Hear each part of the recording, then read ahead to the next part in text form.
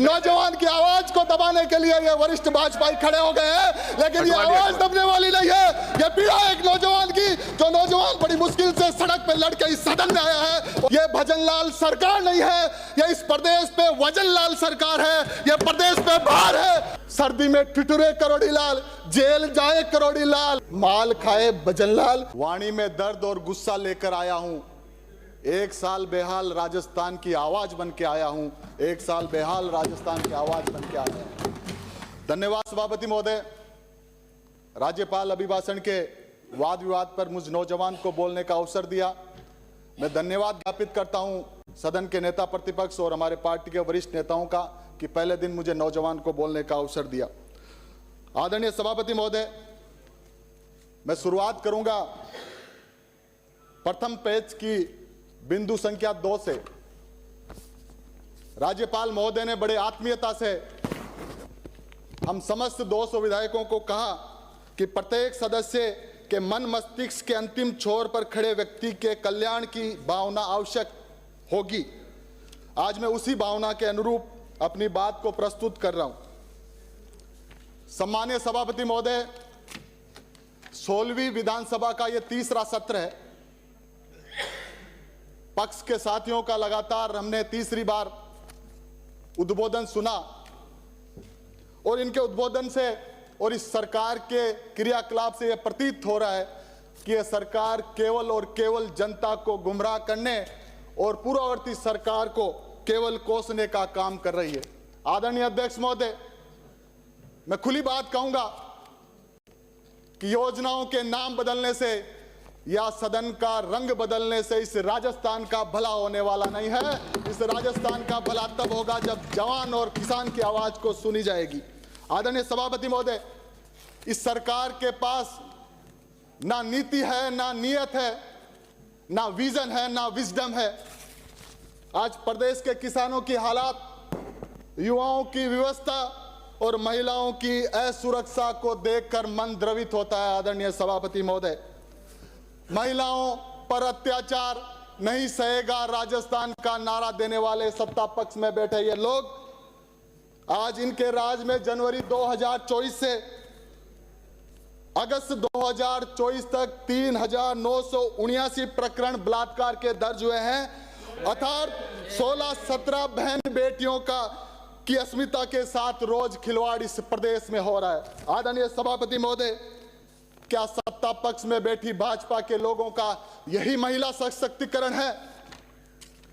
सभापति महोदय, राज्यपाल महोदय के अभिभाषण के बिंदु 7 पर लिखा है कि राइजिंग राजस्थान के इन्वेस्टमेंट समिट में 45 लाख करोड़ रुपए का MOU साइन हुए हैं। मैं उस 35 ज्यादा हो तो और बता देना, क्योंकि आंकड़े वैसे हवा ही है। मैं उस मार्बल नगरी से आता हूं जिस मार्बल नगरी ने इस राजस्थान की अर्थव्यवस्था की रीढ़ की हड्डी दी है। आदरणीय अध्यक्ष महोदय, राइजिंग राजस्थान के नाम पर कागज का एक नकली नोट जनता को दिया गया है। मुझे याद है बचपन पर वो नकली नोट किराने की दुकान पर चूर्ण के साथ दिया जाता था। आदरणीय अध्यक्ष महोदय, यदि MOUs धरातल पर है तो एस्कॉट और कुबेटो की EOI कैंसिल क्यों हुई? यदि नहीं होती तो 20,000 नौजवानों को रोजगार मिलता। आदरणीय सभापति महोदय, इस सरकार के पास ना कोई रोड मैप है, ना ही निवेश कब, कहां और कैसे होगा उसका विजन है। जनता में एक माहौल बन गया है पूरे प्रदेश में कि ये निवेश के नाम पर केवल जमीन हड़पने का और भ्रष्टाचार करने का एक तांडव भाजपा की सरकार कर रही है। आदरणीय सभापति महोदय, मेरे सर पर जो पगड़ी है वो इस राजस्थान की सांस्कृतिक विरासत की देन है। ये पगड़ी किसानों की आन बान शान भी है और किसानों से जिस प्रकार के वादे इस सरकार ने सत्ता में आने से पहले किए, ये सत्ता पक्ष के साथी कैसे भूल सकते हैं कि राज्यपाल महोदय ने पेज नंबर 18-19 में किसान सम्मान निधि की बात कही थी। आपने घोषणा पत्र में कहा था कि किसान सम्मान निधि को 12,000 रुपए किया जाएगा। आपने किया क्या? आपने कहा था अपने चुनावी घोषणा पत्र में कि बाजरे और ज्वार को MSP पे खरीदा जाएगा। क्या खरीदा गया? क्या? आदरणीय अध्यक्ष महोदय, आज किसान के पास ना बिजली है, ना बीज है, ना पानी है, ना उसकी फसल को एमएसपी पे खरीद हो रही है। वादे करते हैं 2047 में विकसित भारत की। अरे वादा भूल गए। 2022 में देश के प्रधानमंत्री ने कहा था कि 2022 में इस किसानों की, पूरे देश और प्रदेश के किसानों की आय को दुगना किया जाएगा। आपके किसानों की आय को दुगने करने के वादे का क्या हुआ? आदरणीय सभापति महोदय, आपके माध्यम से जानना चाहता हूं मैं। आदरणीय सभापति महोदय, मैं उस वर्ग से आता हूं जो मेहनत करता है, वो किसान वर्ग जो आज खून के आंसू रो रहा है। और मैं आपके माध्यम से सत्ता पक्ष के साथियों को बता देना चाहता हूं, किसान का एक एक आंसू इस भारतीय जनता पार्टी की सरकार पर आखिरी ताबूत का कील ठोकने का काम किसान कर रहे हैं, और जल्दी वो आपके सामने आ जाएगा। आदरणीय अध्यक्ष महोदय, मैं नौजवान हूं, अपनी भावनाओं को यहां प्रकट करने आया हूं। सुन लो, आराम सुन लो। 2 करोड़ प्रति वर्ष नौजवानों को रोजगार देने के वादे का क्या हुआ? हम नौजवानों को अग्निवीर बना के इस सरकार ने छोड़ दिया। डबल इंजन की सरकार कहती थी कि हमारी सरकार आएगी तो आरपीएससी को भंग कर देंगे। आरपीएससी को भंग करने के वादे का क्या हुआ? आदरणीय अध्यक्ष महोदय, नौजवान रोजगार मांग रहा है और नौजवानों को ये ड्रग्स दे रहे हैं। और ड्रग्स कहां से आ रहा है? एमडी नाम का जो ड्रग्स आ रहा है वो गुजरात से आ रहा है। उसका रसायन, इस गुजरात के लोगों को हमने देश की सत्ता दे दी, इन गुजरातियों को हमने देश की अर्थव्यवस्था दे दी, और अब भी वो एमडी नामक नशा हमारे नौजवानों के खून की नसों में दौड़ा रहे हैं। इसका हिसाब आने वाले समय में राजस्थान करेगा। आदरणीय अध्यक्ष महोदय, मुझे धूमिल की कुछ पंक्तियां याद आ रही है। एक व्यक्ति होता है जो रोटी बेलता है, दूसरा व्यक्ति होता है जो रोटी खाता है, और तीसरा व्यक्ति होता है जो ना रोटी बेलता है ना रोटी खाता है, वो रोटी से खेलता है। और ये भाजपा की सरकार भी नौजवानों और किसानों की रोटी के साथ खेलने का काम कर रही है। और जनता पूछती है कि वो तीसरा आदमी कौन है? डबल इंजन की सरकार आखिर क्यों मौन है? क्यों मौन है? आदरणीय अध्यक्ष महोदय,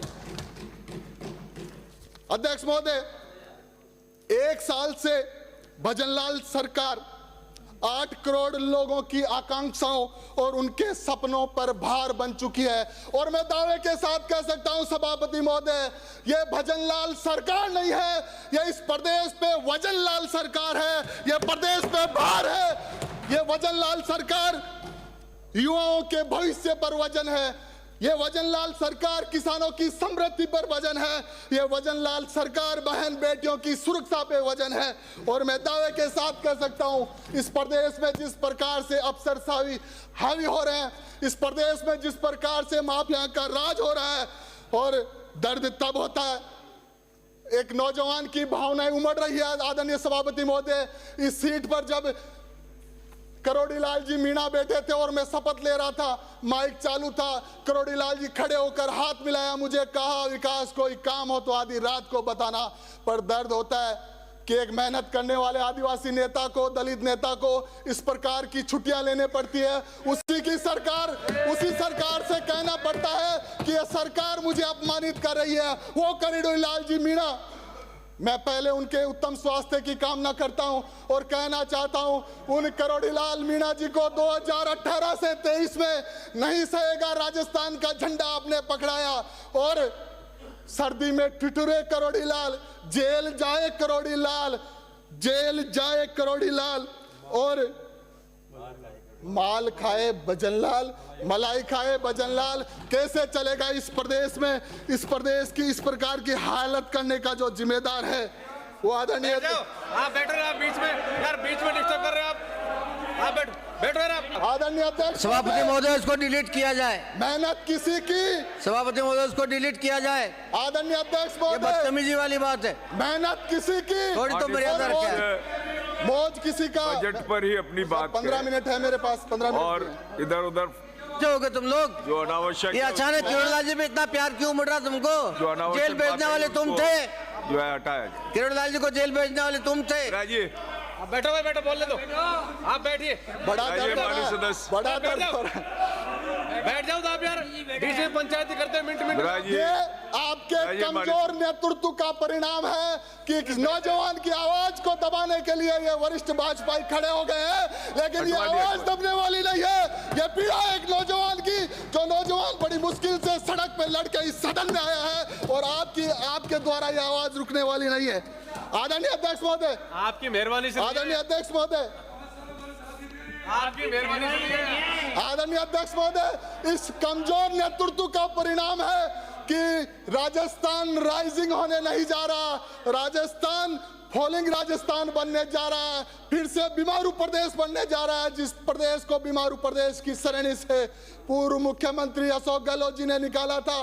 कांग्रेस के राज में बीमारू प्रदेश की श्रेणी से बाहर निकला। आदरणीय अध्यक्ष महोदय, मैं एनसीबी की एक रिपोर्ट लेके आया हूं कि एनसीबी की रिपोर्ट है, ड्रग्स के मामले में राजस्थान देश में तीसरे नंबर है।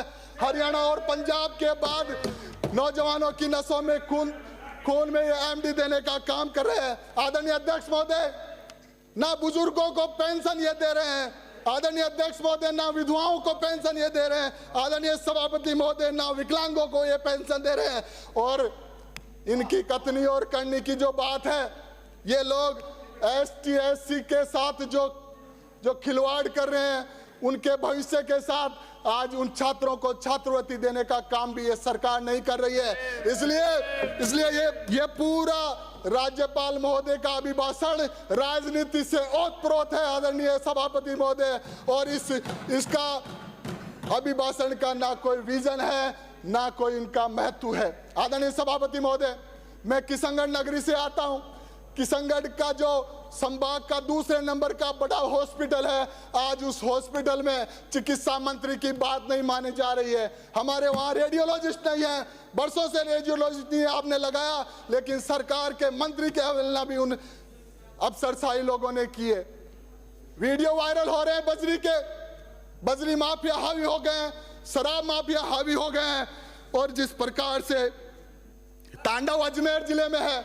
मैं अजमेर जिले में विपक्ष का एकमात्र विधायक हूं, और वहां के मंत्री और लोग कहते हैं कि हम मुख्यमंत्री के पार्टनर है, जितना लूटना है इस किशनगढ़ को, अजमेर को, उतना लूट लो। बजट पे ही बात करिए माननीय सदस्य। जिस प्रकार का भ्रष्टाचार का तांडव, जिस प्रकार के भ्रष्टाचार का तांडव अजमेर जिले में बना दिया है, अजमेर में पूरा भाजपा या तो इसको प्रूफ कीजिए, सारे लोगों, या तो प्रूफ कीजिए, डिलीट कीजिए, नहीं तो हम लगाते हैं। आपको प्रूफ देना पड़ा कि मुख्यमंत्री जी के पार्टनर कौन है। चलता देखिए, अगर नहीं लाए तो विधानसभा में जवाब देना पड़ेगा। लाइए विधानसभा में जवाब, लाइए विधानसभा में जवाब, ये काम हो रहा है विधानसभा में जवाब लाइए। बटन पर अगर अभी मैं लाता हूँ प्रस्ताव, इस बार को उखाड़ अभी प्रस्ताव लाता हूँ। अरे जहाँ बैठने का आने वाले समय में जनता मैं लाता हूँ प्रस्ताव, ऐसे तुम्हारा करेंगे होगा क्या? आपको रोकना है तो उस सभापति महोदय, मैं प्रस्ताव करता हूं सदन का समय 2 घंटे के लिए बढ़ाया जाए। आपको सदन का समय लूट खाने वाला आपको रोकना है तो शराब की जो दुकानें रात को खुली है आपको उसको जवाब देना पड़ेगा। रोकना है, मुख्यमंत्री का पार्टनर का जवाब देना पड़ेगा। जो आज इसी विधानसभा के पटल आपके द्वारा पर अगर जवाब नहीं दिया देख लेना। अरे रोकना है तो महिलाओं के हो रही अत्याचार को रोकिए, रोकना है तो उन नौजवानों को जो सुसाइड कर रहे हैं उनको मुख्यमंत्री का पार्टनर का नाम बोलो, वाला नहीं है। आप नाम बोलो मुख्यमंत्री का पार्टनर। इसलिए ये पूरी तरह फेलियर सरकार है। एक साल में या तो डिलीट कराए या प्रूफ लाए, या तो डिलीट कराए या प्रूफ लाए। एक साल में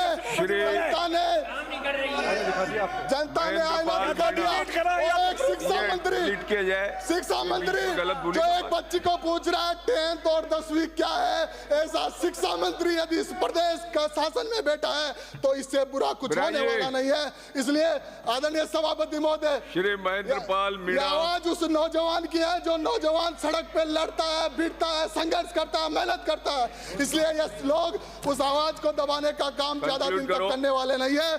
मैं इस राज्यपाल महोदय के अभिभाषण की जो राजनीति से ओतप्रोत है, मैं आपका बहुत